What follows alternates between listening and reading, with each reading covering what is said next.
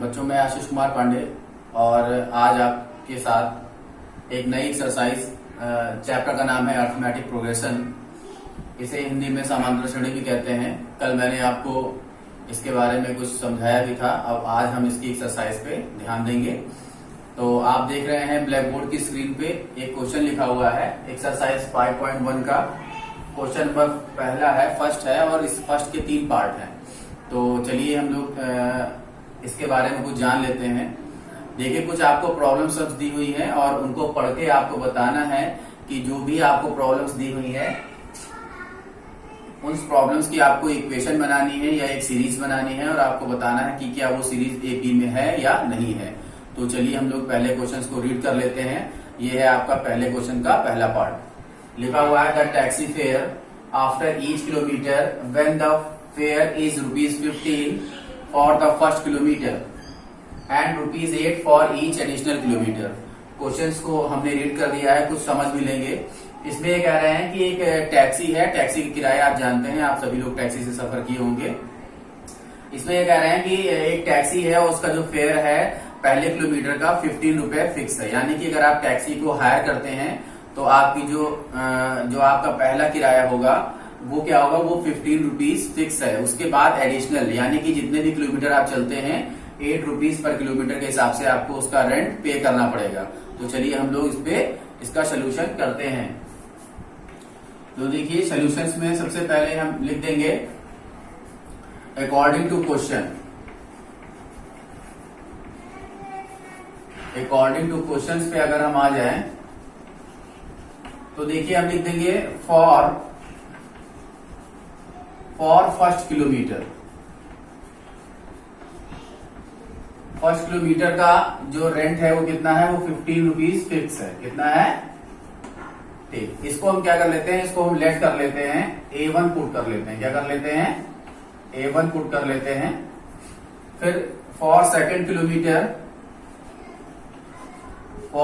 Kilometre का जो rent है, मैंने आपसे बताया कि 15 किलोमीटर का रेंट फिक्स है। 15 यानी पहले किलोमीटर का अगर आप कोई टैक्सी हायर करते हैं तो ₹15 आपको देने पड़ते हैं। और उसके बाद एडिशनल चार्जेस यानी पर किलोमीटर जितनी दूरी पे आप जाते हैं आपको ₹8 पर किलोमीटर के हिसाब से आपको रेंट पे करना पड़ता है।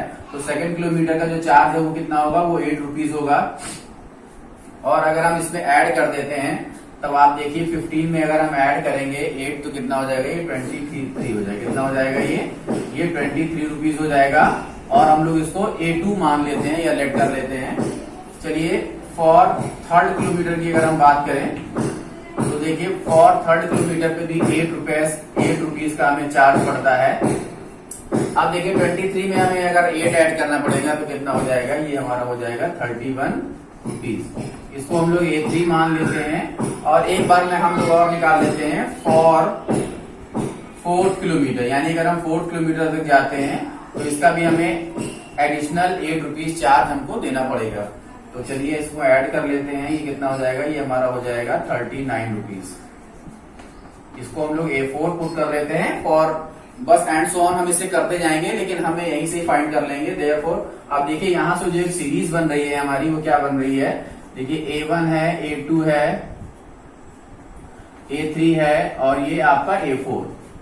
अब इसको वैल्यूज देख लीजिए कितनी है, ये 23 है, सॉरी A1 की वैल्यू 15 है, A2 की वैल्यू 23 है और A3 की 31 है और A4 की हमारी है 39। तो चलिए हमें फाइंड करना है कि ये जो आपकी सीरीज आई हुई है क्या ये एपी में है या नहीं है। तो मैंने आपको बताया था कि अगर कोई भी जो श्रेणी है या जो सीरीज है अगर वो एपी में होगी तो उसका कॉमन डिफरेंस सेम होना चाहिए। ठीक है, क्या होना चाहिए, कॉमन डिफरेंस सेम होना चाहिए। तो कॉमन डिफरेंस को जनरली हम लोग डी से डिनोट करते हैं, ये मैंने आपको पिछले लेक्चर में बताया था।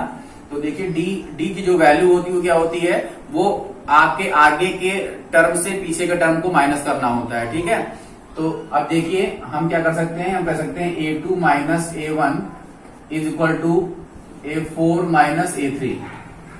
अगर ये वैल्यूज सेम आती हैं तो हम कह सकते हैं कि now given series in an AP. ठीक है, तो फाइनली हम इसकी वैल्यू फाइंड कर लेते हैं। A2 की वैल्यू 23 है माइनस ये 15 हो जाएगा।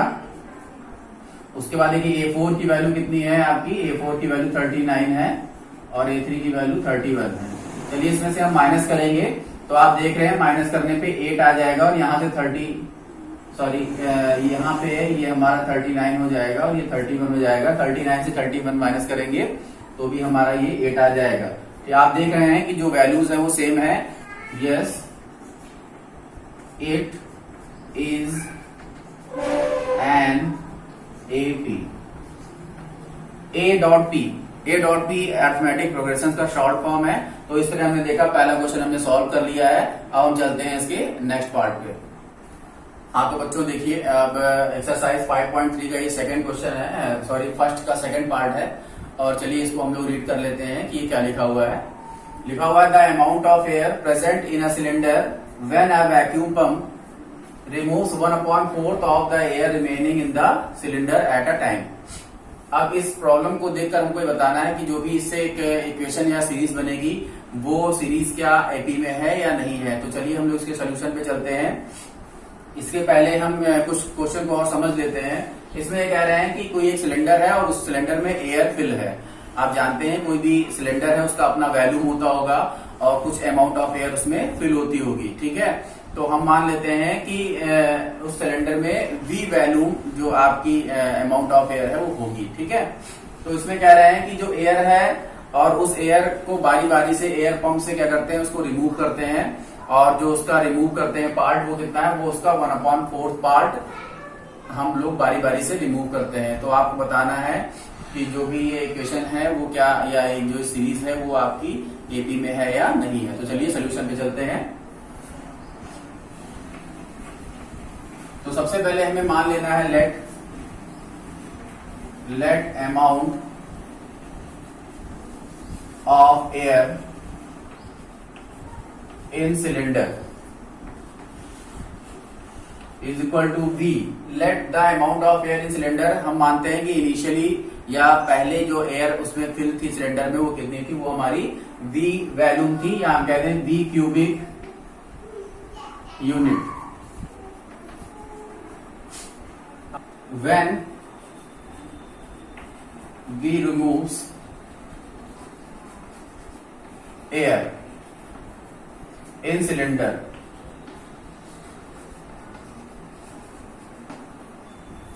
तो for first time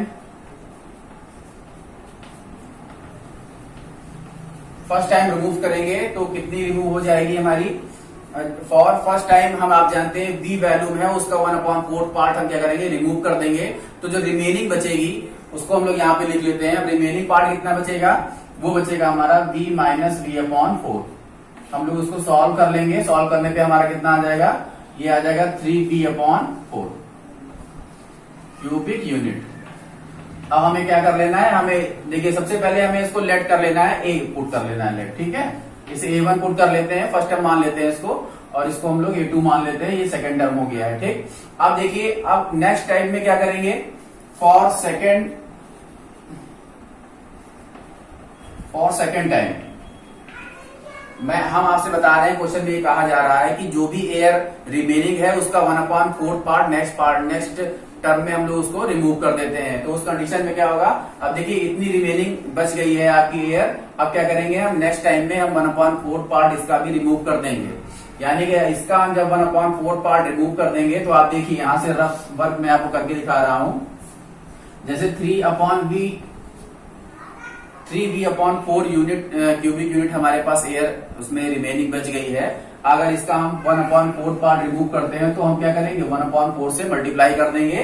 तो फाइनली ये हमारा कितना हो जाएगा, ये हमारा हो जाएगा 3V/16। कितना हो जाएगा, 3V/16। यानी कि इतनी एयर हम उसमें रिमूव करेंगे। अब हम देखेंगे कि जो सेकेंड टाइम हमने 1/4 part of the remaining air को रिमूव किया है, तो अब हमारे पास कितनी एयर उसमें बची है। तो क्या करेंगे हम लोग, यहां से हम लोग 3V/4 यानी कि जो एयर हमारे पास पहले थी और इसमें से हमने कितनी रिमूव कर दी है, 3V/16। हम लोग इसको सॉल्व कर लेंगे। अब आप देख रहे हैं इसको सॉल्व करने पे एलसीएम 16 आ जाएगा और यहाँ पे 4 4 जा 16, 4 3 जा 12, यानी कि 12V और माइनस 3V, ये कितना हो जाएगा हमारा, ये हो जाएगा हमारा 9V और क्यूबिक यूनिट। इसको हम लोग A3 पुट कर लेंगे एंड सो ऑन हम लोग करते जाएंगे। बस हमें A1 A2 A3 फाइंड हो गया है। हम इसी से क्लियर कर सकते हैं कि जो भी आपकी सीरीज बन रही है वो एपी में है या नहीं है। तो चलिए हम लोग लिख लेते हैं, that is A1, A2, A3 and so on. A1 की वैल्यू यहां से पुट करते हैं, V है वैल्यू, और सेकंड A2 की वैल्यू है 3V/4, और A3 की जो वैल्यू है हमारी वो है हमारी 9V/16 एंड सो ऑन। चलिए अभी फाइंड करना है हमें, ये कंफर्म करना है कि जो आपकी ये सीरीज है वो एपी में है या नहीं है। तो सिंपल हमें कॉमन डिफरेंस को फाइंड कर लेना है। अगर इनका कॉमन डिफरेंस सेम आता है तो हम कह सकते हैं कि जो आपकी ये सीरीज है वो आपकी एपी में है, अदरवाइज ये एपी में नहीं होगी। ठीक है, तो चलिए जो डी है कॉमन डिफरेंस को हमने बताया था, डी से डिनोट करते हैं। तो अब यहां से क्या हो जाएगा, ये हो जाएगा हमारा A2 minus A1 is equal to A3 minus A2। मैंने आपको बताया था कॉमन डिफरेंस जब भी फाइंड करते हैं तो आगे वाले टर्म से पीछे वाले टर्म को हम माइनस कर देंगे, तो हमारा क्या निकल आएगा, हमारा कॉमन डिफरेंस फाइंड हो जाएगा। तो देखिए हमने क्या किया है, जस्ट A1 के जो नेक्स्ट टर्म हमारा A2 है उससे हमने A1 को माइनस कर दिया है, और A2 के जस्ट जो नेक्स्ट टर्म है वो A3 है उससे हमने A2 को माइनस कर दिया है। चलिए माइनस करके देखते हैं। अब देखिए A2 की वैल्यू कितनी है, यहाँ पे 3V/4 है और माइनस ये V है। हम लोग इसको सॉल्व करेंगे। अब देखिए A3 की वैल्यू कितनी है, ये हमारी 9V/16 है, और हम लोग क्या करेंगे, A2 की वैल्यू 3V/4, इसको भी हम लोग यहां से माइनस करके सॉल्व करेंगे।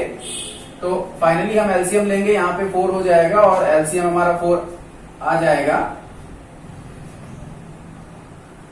अब देखिए 4 यानी कि 3V, और यहाँ पे 4 भी हो जाएगा क्योंकि यहाँ पे अपॉन में 4 होगा तो ऊपर भी मल्टीप्लाई करने पड़ेगा 4 से। तो ये हमारा 3V माइनस 4V यानी कि माइनस का V आ जाएगा हमारा V/4। अब आप देख रहे हैं यहाँ से जो एलसीएम होगा वो हमारा 16 होगा, यहाँ से जो हमारा एलसीएम 16 होगा, और ये 9V और 4 जा 16 और 4 3 जा 12, यानी कि 9V माइनस 12V, ये कितना हो जाएगा हमारा, यहाँ से हमारा ये आ जाएगा माइनस का 3V। कितना आ जाएगा, माइनस का 3V। ठीक है, तो आप देख रहे हैं यहाँ से अगर हम कंपेयर करते हैं तो हम कह सकते हैं कि जो आपकी डी की वैल्यू है वो इज नॉट इक्वल टू, यानी कि हम कह सकते हैं it is not an AP, यानी कि जो भी आपको ये इक्वेशन या सीरीज दी है वो एपी में नहीं है। उम्मीद है आपको ये क्वेश्चन समझ में आया होगा। बच्चों मैं आपको एक चीज और बताना चाहता हूं, यहां से जो मैंने कैलकुलेशन किया है मैं आपको इसका एक रफ करके दिखा देता हूं। जैसे आप देख रहे हैं यहां से हमने माइनस किया है 9V/16 माइनस 3V/4। चलिए कुछ बच्चे हैं जिनको ये कैलकुलेशन नहीं आता, मैं इनके लिए करके दिखा दे रहा हूं। अब देखिए यहाँ से 16 है, यहाँ पे 4 है, आप देख रहे हैं इसका अगर हम एलसीएम लेते हैं तो 16 एलसीएम हो जाएगा। और हम क्या करते हैं, एलसीएम यानी कि अब इसके डिनोमिनेटर में 16 है, इसको कंपेयर करते हैं, 16 1 जा 16 और 9 1 जा 9, यानी 9V हमारा एज इट इज यहाँ पे आ जाएगा। यहाँ पे देखिए 4 है, और 4 यानी इसके डिनोमिनेटर 4 को हम इस एलसीएम के डिनोमिनेटर से क्या करेंगे, कंपेयर करेंगे। 4 4 जा 16, इट मीन्स 4 3 जा 12।